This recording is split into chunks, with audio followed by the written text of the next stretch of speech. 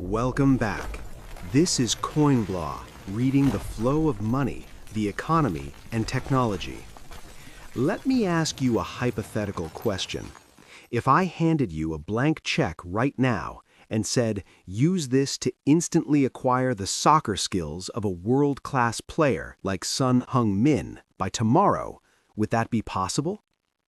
Or imagine hiring the world's greatest chef and building a state-of-the-art kitchen for someone who has never cooked a day in their life. Could that person suddenly produce a Michelin 3-star dish overnight?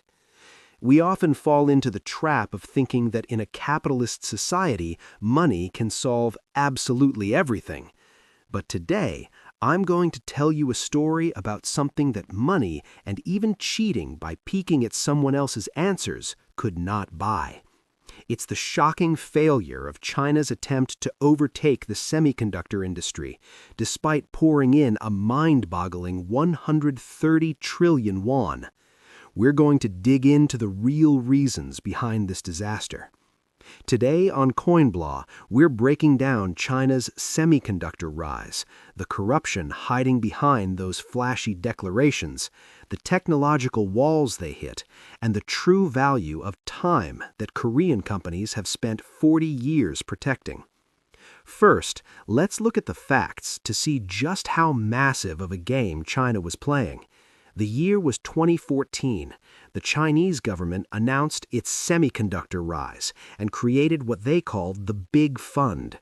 If you combine the first, second, and the recently established third phase of this fund, the scale is over 130 trillion yuan. That's roughly 100 billion US dollars. To give you some perspective, the entire annual budget of the city of Seoul is about 45 trillion yuan.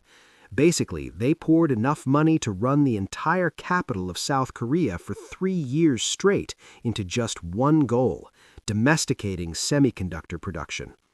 China's strategy was incredibly simple and, frankly, blunt. Let's buy time with money. They aggressively approached veteran engineers from Samsung Electronics and SK Hynix. Offering 3 times, even 5 times their salary was just the baseline. They tempted them with housing, cars, and full tuition for their children. And let's be honest, a lot of people took the bait. There were even cases of industrial espionage where people stole confidential blueprints for 10-nanometer class chips. It was literally like stealing the class valedictorian's notebook and bribing their private tutor to teach you the answers. So, what was the result? 10 years later, has China caught up to Samsung? The short answer is, they failed miserably. They stole the top students' notes, but they lacked the basic fundamental skills to even understand what was written in them. The first major reason for the collapse of China's chip industry was an internal enemy: corruption. Building a semiconductor fab costs tens of billions of dollars, but when the Chinese government basically said, "You're doing chips? Here, take the cash," without proper vetting, scammers from all over the country swarmed in. The most infamous case is the Wuhan Hongxin scandal. This company boasted that they would invest nearly $20 billion to make cutting-edge chips smaller than 7 nanometers. The government cheered and shoveled money their way, but it turned out the founders knew absolutely nothing about semiconductors. Reports even surfaced that one of the founders was a former practitioner of traditional Chinese medicine. They pocketed the government subsidies and vanished, leaving behind nothing but an empty construction site.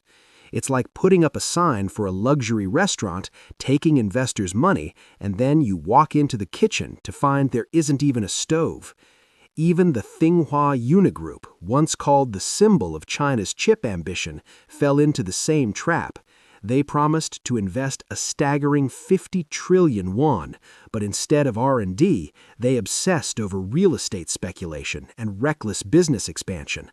Eventually, they ended up sitting on a pile of debt and entered bankruptcy proceedings.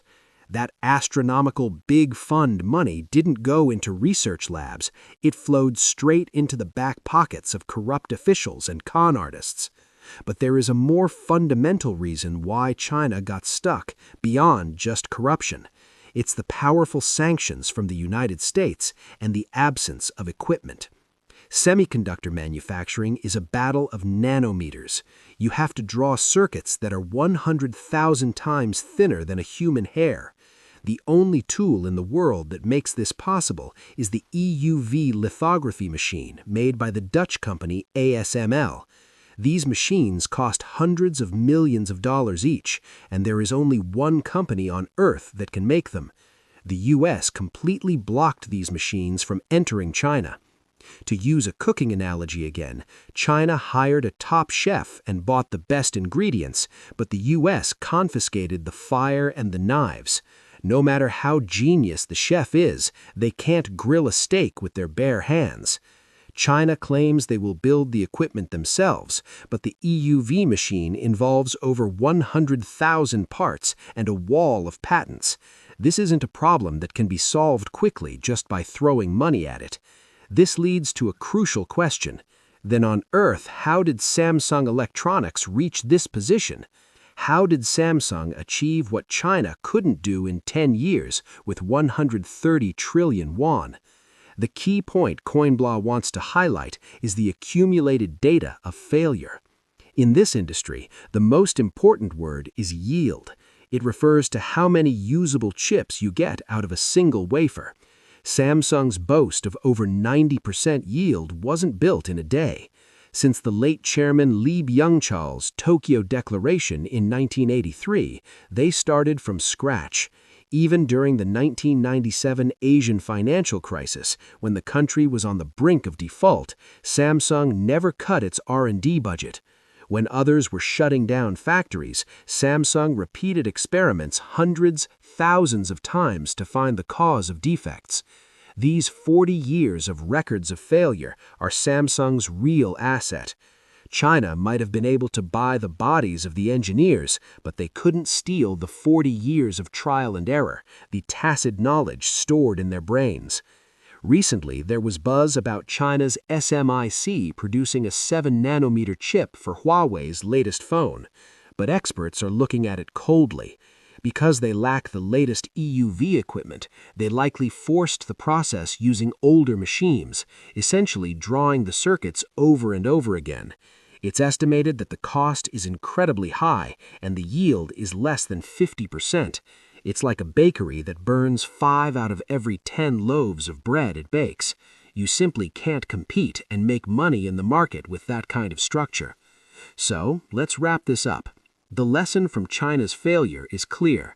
Technology is not a product you can just buy off the shelf like groceries. It is a living organism that feeds on countless failures, and it requires the absolute input of time to bear fruit. However, it is too early to relax. This war is not over.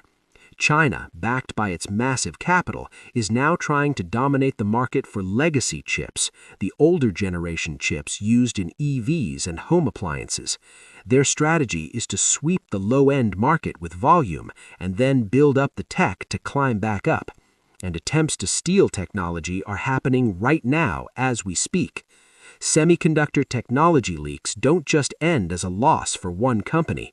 Samsung and Hynix are major investments for our national pension service and are the heart of the South Korean economy. If the tech is stolen, your retirement funds and the future of our economy are stolen with it.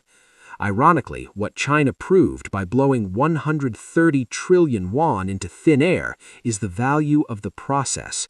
Results stolen through shortcuts and money crumble easily like a sandcastle. The semiconductor war ahead is escalating from simple tech competition into a security war that determines national survival. Coinblah will continue to bring you fact-based updates on whether Korean companies can maintain their super gap in this ruthless battlefield and how the global economic map will shift. If you found today's story useful, I'll see you in the next video with more real money-making insights. This has been Coinblah. Thank you.